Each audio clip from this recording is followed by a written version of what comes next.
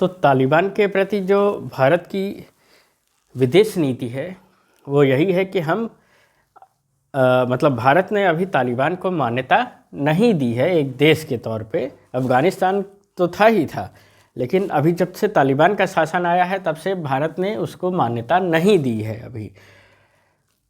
लेकिन भारत का कहना है कि हम मान्यता के बिना संवाद तालिबान से स्थापित करना चाहते हैं और एक आपस में म्यूचुअल अंडरस्टैंडिंग से आगे सहयोग से ये सारी चीज़ें चलेंगी। ठीक, ये भारत का मोटा मोटा कहना है। इसमें भारत क्या कहता है, जैसा कि हम जानते हैं कि अफ़गानिस्तान प्राचीन समय में भारत का ही हिस्सा हुआ करता था, काबुल का। अफ़गानिस्तान के जो विदेश मंत्री हैं जिनका नाम आमिर खान मुफ्ती, ये भारत की यात्रा पे आए थे अभी हाल ही में अक्टूबर में, और भारत ने भी इनकी यात्रा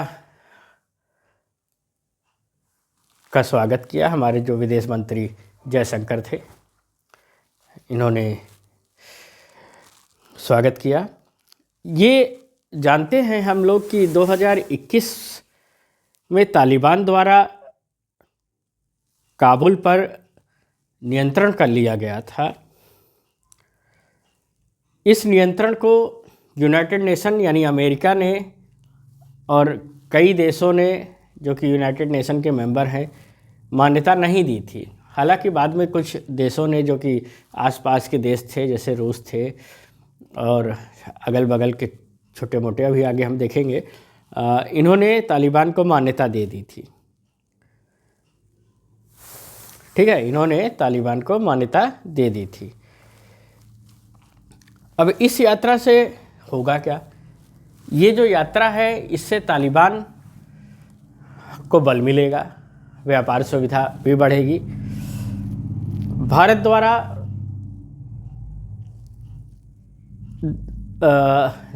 इसी सन में 2025 में संयुक्त राष्ट्र सुरक्षा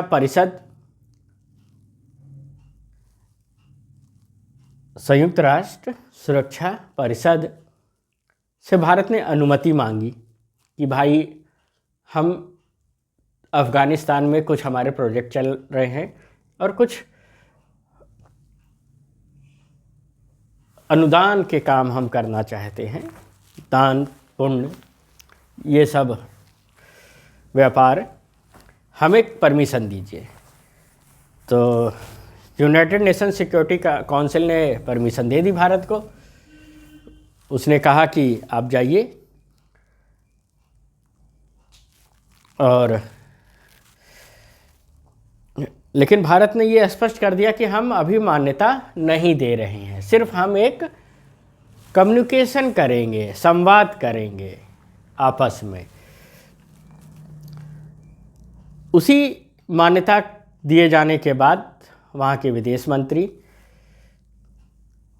भारत की यात्रा पर आए हुए। जैसा कि हम लोग न्यूज़ में देख रहे हैं, और ये भी माना गया है कि जो वहाँ के विदेश मंत्री मुफ्ती हैं, इन्हें यूनाइटेड नेशन सिक्योरिटी काउंसिल द्वारा नामित आतंकवादी घोषित किया गया है। ये एक नामित आतंकवादी हैं।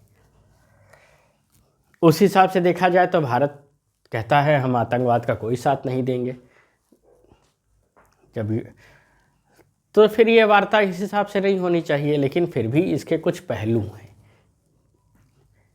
जिस पर भारत अपने रुख साफ रखता है। यूनाइटेड नेशन सुरक्षा परिषद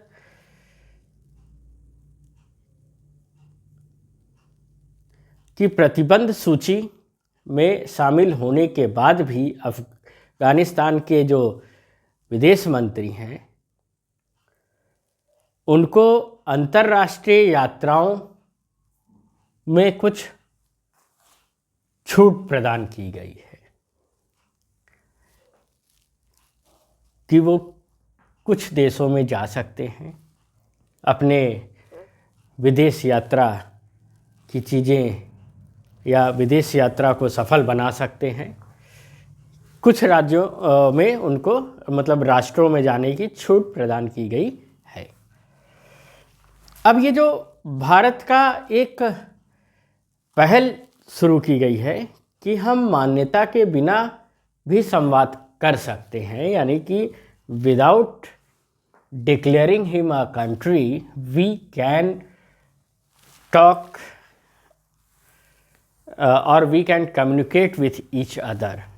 ये भारत की एक नई मान्यता उभर करके आई है कि बिना मान्यता के हम संवाद स्थापित करेंगे। तो इसमें क्या है, भारत ने अब तक तालिबान द्वारा पुनर्निर्मित Islamic Emirate of Afghanistan, Islamic Emirate of Afghanistan को औपचारिक मान्यता नहीं दी है। जो तालिबान ने अफगानिस्तान में राज्य बनाया उसको मान्यता नहीं दी है, देश की मान्यता, एक राष्ट्र की मान्यता, राष्ट्र की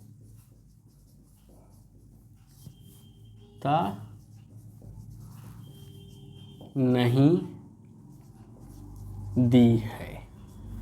ठीक, ये एक इम्पॉर्टेंट प्रश्न मतलब इम्पॉर्टेंट पॉइंट है। अफगानिस्तान यानी का जो तालिबान है क्यों नहीं दी है, उससे पहले जानने से पहले हम जाने राष्ट्र बनने के लिए जो एलिमेंट यूज होते हैं वो क्या है। अफगानिस्तान के पास क्या वो एलिमेंट हैं, जैसे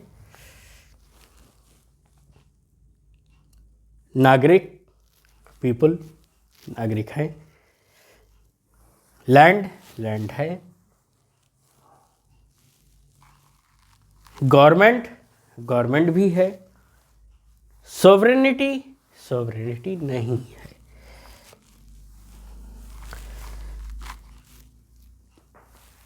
क्यों? इन चारों में से कोई भी नहीं होगा तो वो राष्ट्र नहीं होगा।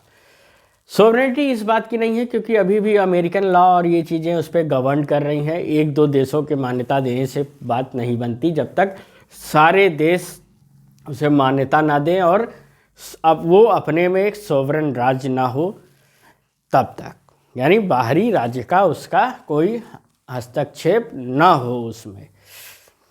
ठीक, इसीलिए औपचारिक मान्यता भारत ने भी अभी नहीं दी है। किसको नहीं दी है? इस्लामिक अमीरात ऑफ अफगानिस्तान को नहीं दी है। ठीक, ये मोटा मोटा चीज़ एक चीज़ समझ में आ गया। भारत सरकार ने इस यात्रा को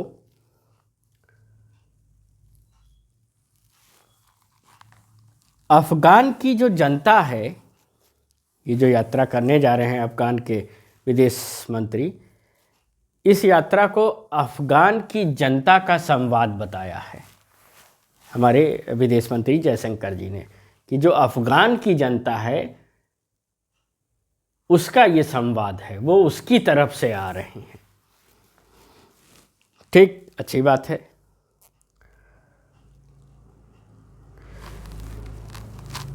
यही तर्क दे करके हमारे यहाँ के भारत ने कहा कि हम अफगान की जनता के संवाद को मान्यता दे रहे हैं, ना कि तालिबान के संवाद को मान्यता दे रहे हैं। ठीक है, बड़ी चीज़ है भाई।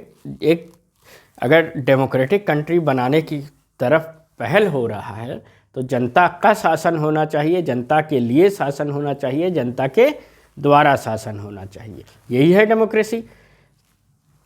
तो उसी की तरफ ये अग्रसर हैं। भारत का यही कहना है कि हम उसे एक डेमोक्रेटिक राष्ट्र की तरफ मान्यता नहीं दे रहे हैं, लेकिन जनता के फेवर में सब कुछ किया जा रहा है, ना कि तालिबान के फेवर में।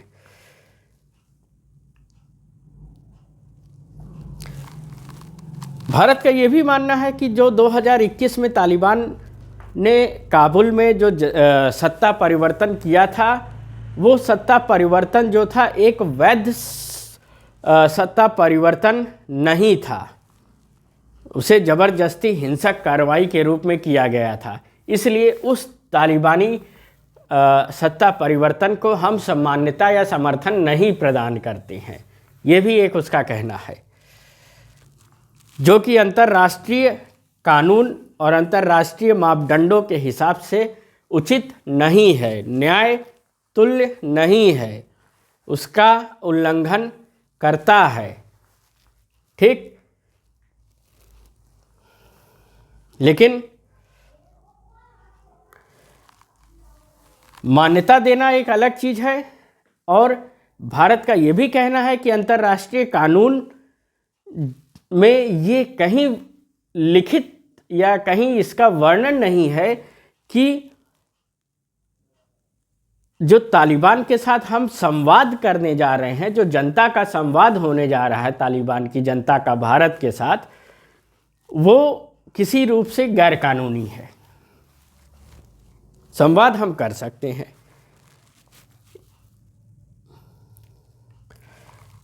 ये किस हिसाब से कहा गया है भारत ने?